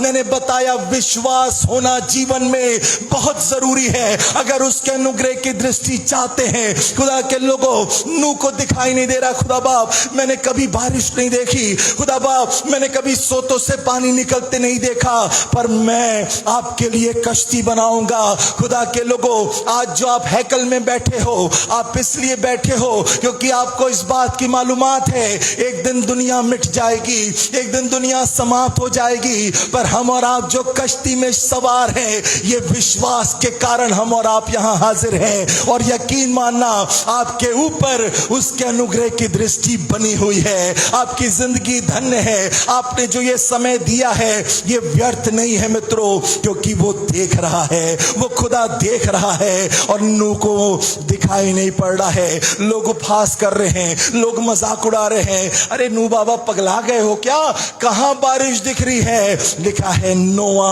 kept on making the ark by faith, उसने विश्वास के साथ उस कश्ती को बनाना जारी रखा। खुदा के लोगों, सीख लेना, परमेश्वर के अनुग्रह की दृष्टि चाहते हो, विश्वास होना जिंदगी में बहुत जरूरी है।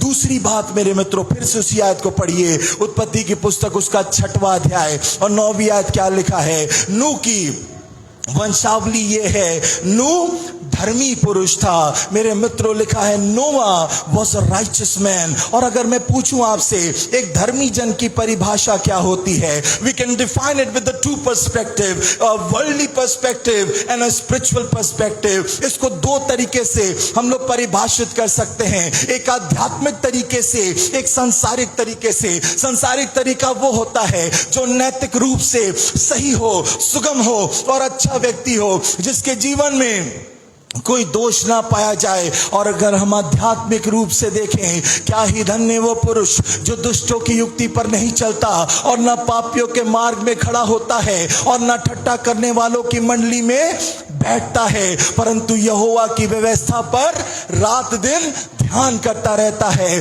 खुदा के लोगों, बाइबल नू के लिए इसलिए खरा बोल रही है क्योंकि मैं आपसे निवेदन करना चाहता हूं, पढ़िए दूसरा पतरस 2 अध्याय 5वीं आयत में क्या लिखा है। दूसरा पतरस 2 अध्याय 5वीं आयत में लिखा है, और प्रथम युग के संसार को भी ना छोड़ा, वरन भक्तिहीन संसार पर महाजल प्रलय भेजकर धर्म के प्रचारक नूह समेत 8 व्यक्तियों को बचा लिया। इसका मतलब बाइबल बताती है नूह वो व्यक्ति है वो जो यहोवा की व्यवस्था से प्रसन्न रहता है। नूह वो व्यक्ति है जो परमेश्वर के साथ चलता है। नूह वो व्यक्ति है जिसे मालूम है कुछ अलौकिक होने वाला है। नूह वो व्यक्ति है जिसे इस बात की मालूमात है जल प्रलय आने वाला है। दुनिया नहीं विश्वास कर रही है, लोग नहीं विश्वास कर रहे हैं, तमाम जो वहां पर उसके आसपास लोग हैं, भक्तिहीन संसार हो रखा है। But Noah is walking the righteous step my dear friends. नूह जो है धर्मी जन की चाल चल रहा है। खुदा के लोगों, आज हम और आप जब सारी जगह बुराई से घिरे हुए हैं, ऐसे समावेश में रह रहे हैं, हर जगह बुराई है, हर जगह ईर्ष्या है, हर जगह जलन है, हर जगह अपराध है, ऐसे समय में मेरे मित्रों, ऐसे समावेश में मित्रों, ऐसे परिवेश में मित्रों, आप कैसे खराई से चल सकते हैं? सिर्फ एक काम करना, खुदा के हाथ को थाम करके चलते रहना, कहना खुदा बाप मैं यहोवा की व्यवस्था से प्रसन्न रहता हूं और उसकी व्यवस्था पर रात दिन ध्यान करता रहता हूं। इसलिए बाइबल बताती है नूह जो था मेरे मित्रों धर्मी पुरुष था। और क्यों धर्मी था मेरे मित्रों? और क्यों धर्मी था? Because he was knowing whom he belonged to। उसको इस बात की मालूमात थी कि वो किसका है। आज मेरे मित्रों, मेरे प्यारों, मैं आपसे बताऊं, बहुत किस ओर इशारा कर रहा हूं, पर नूह मेरे मित्रों अपने आप को पवित्र रखता था। नूह को मालूम है मैं किसका हूं, whom I belong to। और जल्दी से पढ़िए पहला यूहन्ना उसका 2 अध्याय और 29वीं आयत में क्या लिखा है। यदि तुम जानते हो कि वो यानी आसमान का खुदा धार्मिक है, तो ये भी जानते हो कि जो कोई धर्म का काम करता है वो उससे जन्मा है। नूह को मालूम है I belong to Jesus, I belong to God. खुदा के लोगों, जिस दिन इस बात को जान लोगे कि तुम संसार के नहीं हो, तुम संसार में हो पर संसार के नहीं हो। God has given us the calling, we are the sons and daughters of God. और मेरे मित्रों, मेरे प्यारों, बाइबल बताती है तुम राजपदधारी याजकों का समूह हो। खुदा के लोगों, अपने आप को पहचानना। दुनिया एक तरफ हो जाए, अकेले खड़े रहना। लोग एक तरफ हो जाएं, अकेले खड़े रहना। लोग मजाक उड़ाए, अकेले खड़े रहना, क्योंकि जो तुम्हारे साथ खड़ा है वो महान अद्वितीय परमेश्वर है, अद्वैत परमेश्वर है। मुझे याद आता है एक किस्सा, मैं आपको बताऊं। जब मैं स्कूल में पढ़ता था, मैं अपने विद्यार्थी जीवन में था, और जब मैं क्वायर में गाना गाता था, when I used to sing in the choir, जो बड़े बड़े सीनियर लड़के थे मुझे बुली किया करते थे, मुझे सताया करते थे। वो मुझसे चिढ़ते थे, मेरे माइक को बंद कर देते थे, और वो बस में भी मेरे आते थे, स्टॉपेज जो था मेरा वो भी उस वहीं से जाते थे। मैं बड़ा रोने लगा। मैंने अपने पापा से बोला, पापा मुझे बस से नहीं जाना है, मुझे आप कुछ और इंतजाम करके दें। और मैं रोने लगा। मेरे पिताजी ने मुझे कुछ बोला ही नहीं। मुझे बड़ा ऑड लगा कि उस दिन मेरे पापा ने मुझसे कुछ इस बारे में बात ही नहीं की, और मैं बड़ा निराश होकर के सो गया। और जब नेक्स्ट डे मैं उठा तो मैंने क्या देखा कि मेरे पापा मेरे से पहले उठे हुए हैं और तैयार होकर के अपनी टाई वाई लगा करके, जो उनकी आदत थी, वो मेज पर बैठ करके नाश्ता कर रहे। मैं खुश कि मुझे लगता कि आज हो सकता है मुझे कार से स्कूल छोड़ा जाएगा। मैं बड़ा खुश हो रहा था, और मैं तैयार होकर के बैग को लेकर के अपनी गाड़ी में जाके रखने लगा। पापा ने कहा नहीं नहीं बेटा, बस से ही जाना है। मैंने कहा अच्छा ये बात क्या है। और आपको मालूम मेरे मित्रों, मेरे पापा जब मेरे साथ स्टॉपेज पे जाने लगे, आज मेरी चाल बदली हुई है। आज मैं डर नहीं रहा हूं, आज मैं बेखौफ हूं। और जो लड़के मुझे सताते थे, जब उन्होंने मेरे पिता को देखा, कोई इधर भागा, कोई उधर भागा। खुदा के लोगों, जब एक सांसारिक पिता आपको इतना सामर्थ्य दे सकता है, जरा सोचिए अगर वो पिता आपके साथ खड़ा हो जाए, आपके पीछे खड़ा हो जाए और पूरी पलटन लेकर के खड़ा हो जाए। कोई दुनिया की ताकत आपको डुबा नहीं सकती है, कोई हस्ती आपको मिटा नहीं सकती है, कोई जल प्रलय आपको डुबा नहीं सकता है।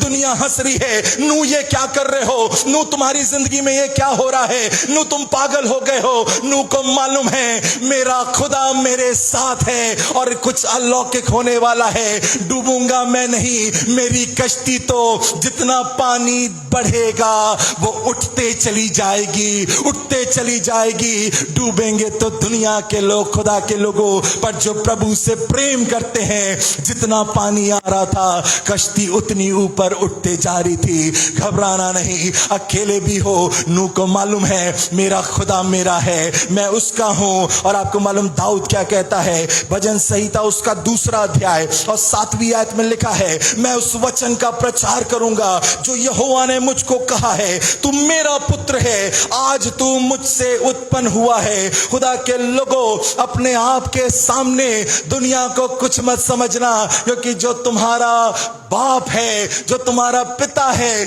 जिससे हम और आप हैं, सारी दुनिया उसी की है। खुदा के लोगों, और नूह को इस बात की मालूमात थी, इसलिए वो धर्मी बना रहा।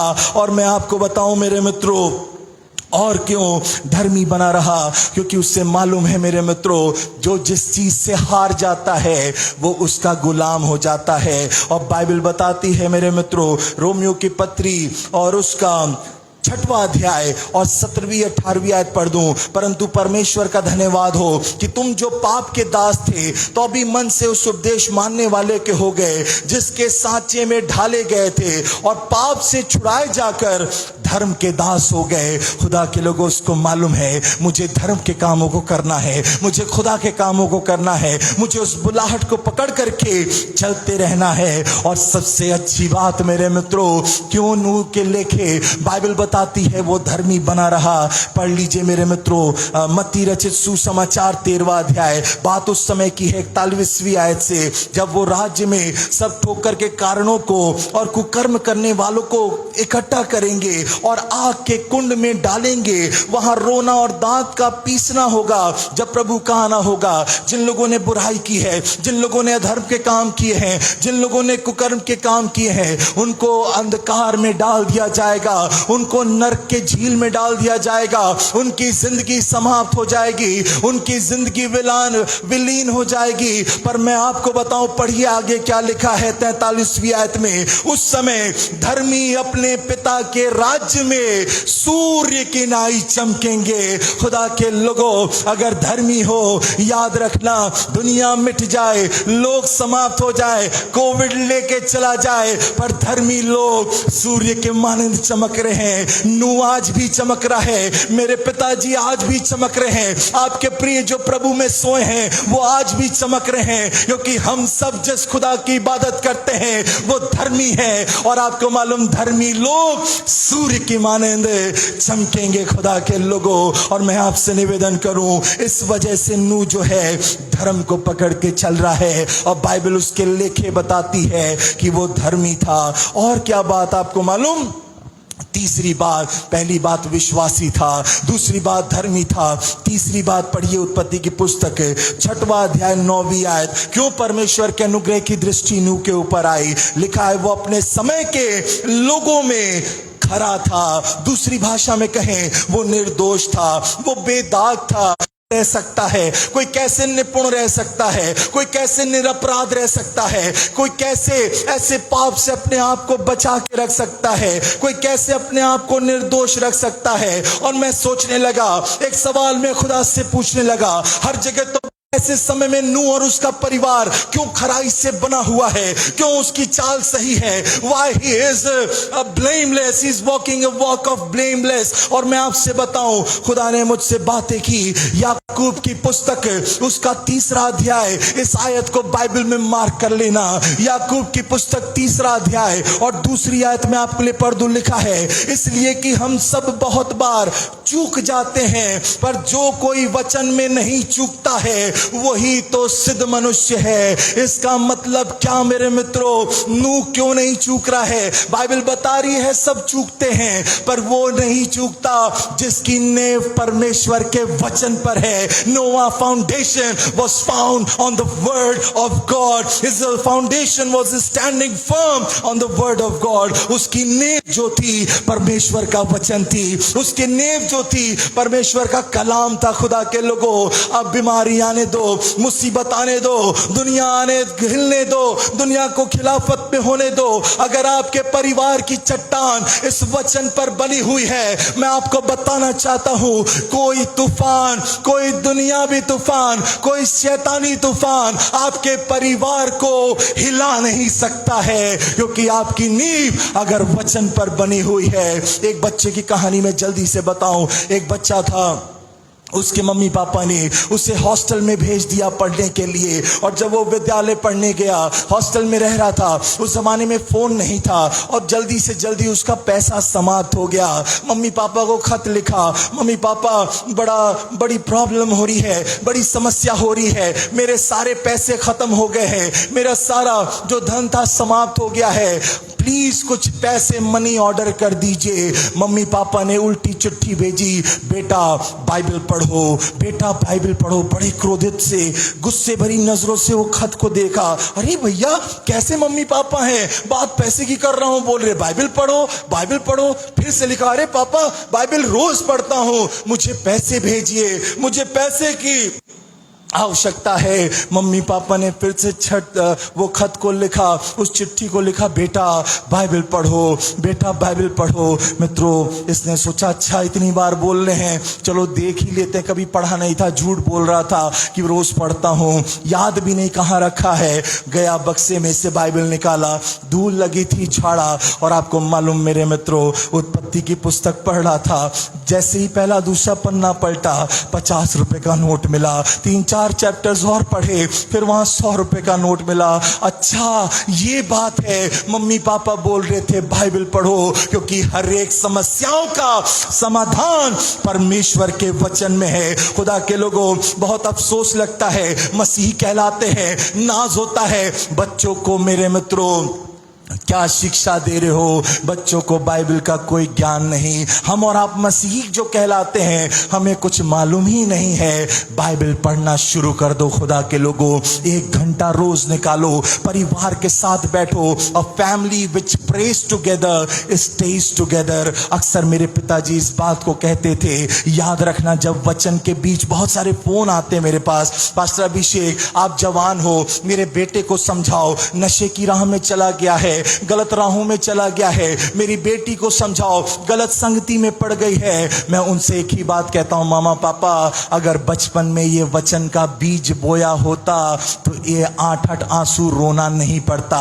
नूह क्यों नहीं हिल रहा है? सिर्फ 8 ही जन है और अल्पसंख्यक बहुसंख्यक लोग उसके विपरीत हैं। व्यभिचार सामने है, पाप सामने है, नशा सामने है, but Nova is standing all alone by himself because he know that whom he belonged to and he knows that मेरा खुदा मेरे साथ है और मेरी फाउंडेशन परमेश्वर का वचन है। खुदा के लोगों, अगर वचन में आपकी फाउंडेशन है, अपने परिवार को बना के रखा है, कोई आपको तोड़ नहीं सकता है, आपका परिवार बिखर नहीं सकता है, कोई तूफान आपको मिटा नहीं सकता है। और मेरे मित्रों, मैंने कहा आपसे निवेदन किया कि उसकी फाउंडेशन परमेश्वर के वचन पर बनी हुई थी। 2 शमूएल उसका 22वां अध्याय 31वीं आयत कहती है, ईश्वर की गति खरी है, यहोवा का वचन ताया हुआ है, वह अपने शरणागतों की ढाल है। मैंने कहा कि नूह जो है खरा है, नूह के जीवन में कोई बुराई नहीं है। क्यों? वो ब्लेमलेस था। मैं आपको बताऊं, फिलिपियों की पत्री पढ़िए, उसका 2 अध्याय और 14वीं आयत में क्या लिखा है। फिलिपियों 2:14, जल्दी से, अंग्रेजी बाइबल में लिखा है, डू एवरीथिंग विदाउट ग्रम्बलिंग और arguing so that you may become blameless. और अभी हमने शुरू में पढ़ा, नोआ वॉज ब्लेमलेस। खुदा के लोगों, क्यों वो ब्लेमलेस है? क्यों वो निर्दोष है? मैं आपको बताऊं, लिखा है, सब काम बिना कुड़कुड़ाए और बिना वाद विवाद के किया करो। मेरे मित्रों, नूह की अद्भुत जिंदगी है, कुड़कुड़ाता नहीं है, बड़बड़ाता नहीं है। हम कुड़कुड़ाने, अरे इतनी लंबी दुआ हो गई, अरे पादी साहब को समय का ध्यान नहीं है, अरे कितना लंबा बोल दिए, समय का हर समय कुड़कुड़ कुड़कुड़। अरे पादी साहब, जब देखो हम ही को पकड़ते हो, अरे मीटिंग के लिए हम ही को पकड़ लिया, संडे चर्च होता है आप ही को करना है, आप ही को। अरे पादी साहब, कुड़कुड़ाने वाली, बड़बड़ाने वाली जिंदगी आज सारे मसीहों की यही तस्वीर है। पर नूह से सीखना। खुदा बाप ने जब नूह को बुलाया, मेरे मित्रों, मेरे प्यारों, उत्पत्ति की पुस्तक उसका 6वां अध्याय 14वीं आयत से, नूह इधर आओ। हाँ खुदा बाप, बताइए। बेटा एक काम करो, गोपेर के वृक्ष की लकड़ी लेके आओ। अच्छा ठीक है खुदा बाप, लेके आ रहे हैं। अरे अरे सुनो सुनो सुनो, जाओ नहीं, इधर आओ इधर आओ। पढ़िए क्या लिखा है। कहा जहाज। अरे बाप रे, जहाज? अकेले हम जहाज बना लेंगे? आपकी मति मारी गई है क्या? आपका दिमाग ठीक है? ठीक है खुदा बाप, जहाज भी बना देंगे। और क्या?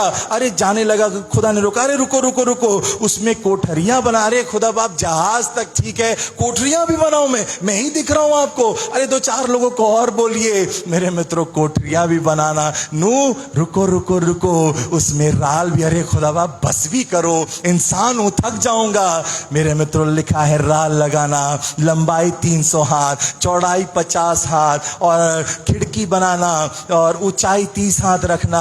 मेरे मित्रों, नूह humbly he was standing right in front of God. Yes Lord, yes Lord, yes Lord, whatever God told him, he has said, yes Lord, I'm gonna fulfill all you want from me. खुदा बाप के सामने जब आना, कहना, खुदा बाप, ये जिंदगी आपके लिए है। I will always वापस से यस टू यू, आपने जो जीवन दिया है मैं कुड़कुड़ाऊंगा नहीं। एक गाना और बजाना है, पादी साहब जरूर बजाऊंगा। पंखा साफ करना है, पादी साहब मैं कर दूंगा। बेंच गंदी है, कोई बोले ना बोले, मैं करूंगा, क्योंकि ये मेरे पिता का भवन है, मेरे खुदा का घर है, मेरा घर है। खुदा के लोगों, कभी जीवन में कुड़कुड़ाना नहीं, और जब कुड़कुड़ाओगे नहीं, आपके लेखे भी बाइबल कहेगी ये निर्दोष हैं, और परमेश्वर की अनुग्रह की दृष्टि आपके जीवन पर भी आ जाएगी। और जल्दी से हम लोग अंत की ओर बढ़ें, और एक बात बता करके और समाप्त करूंगा।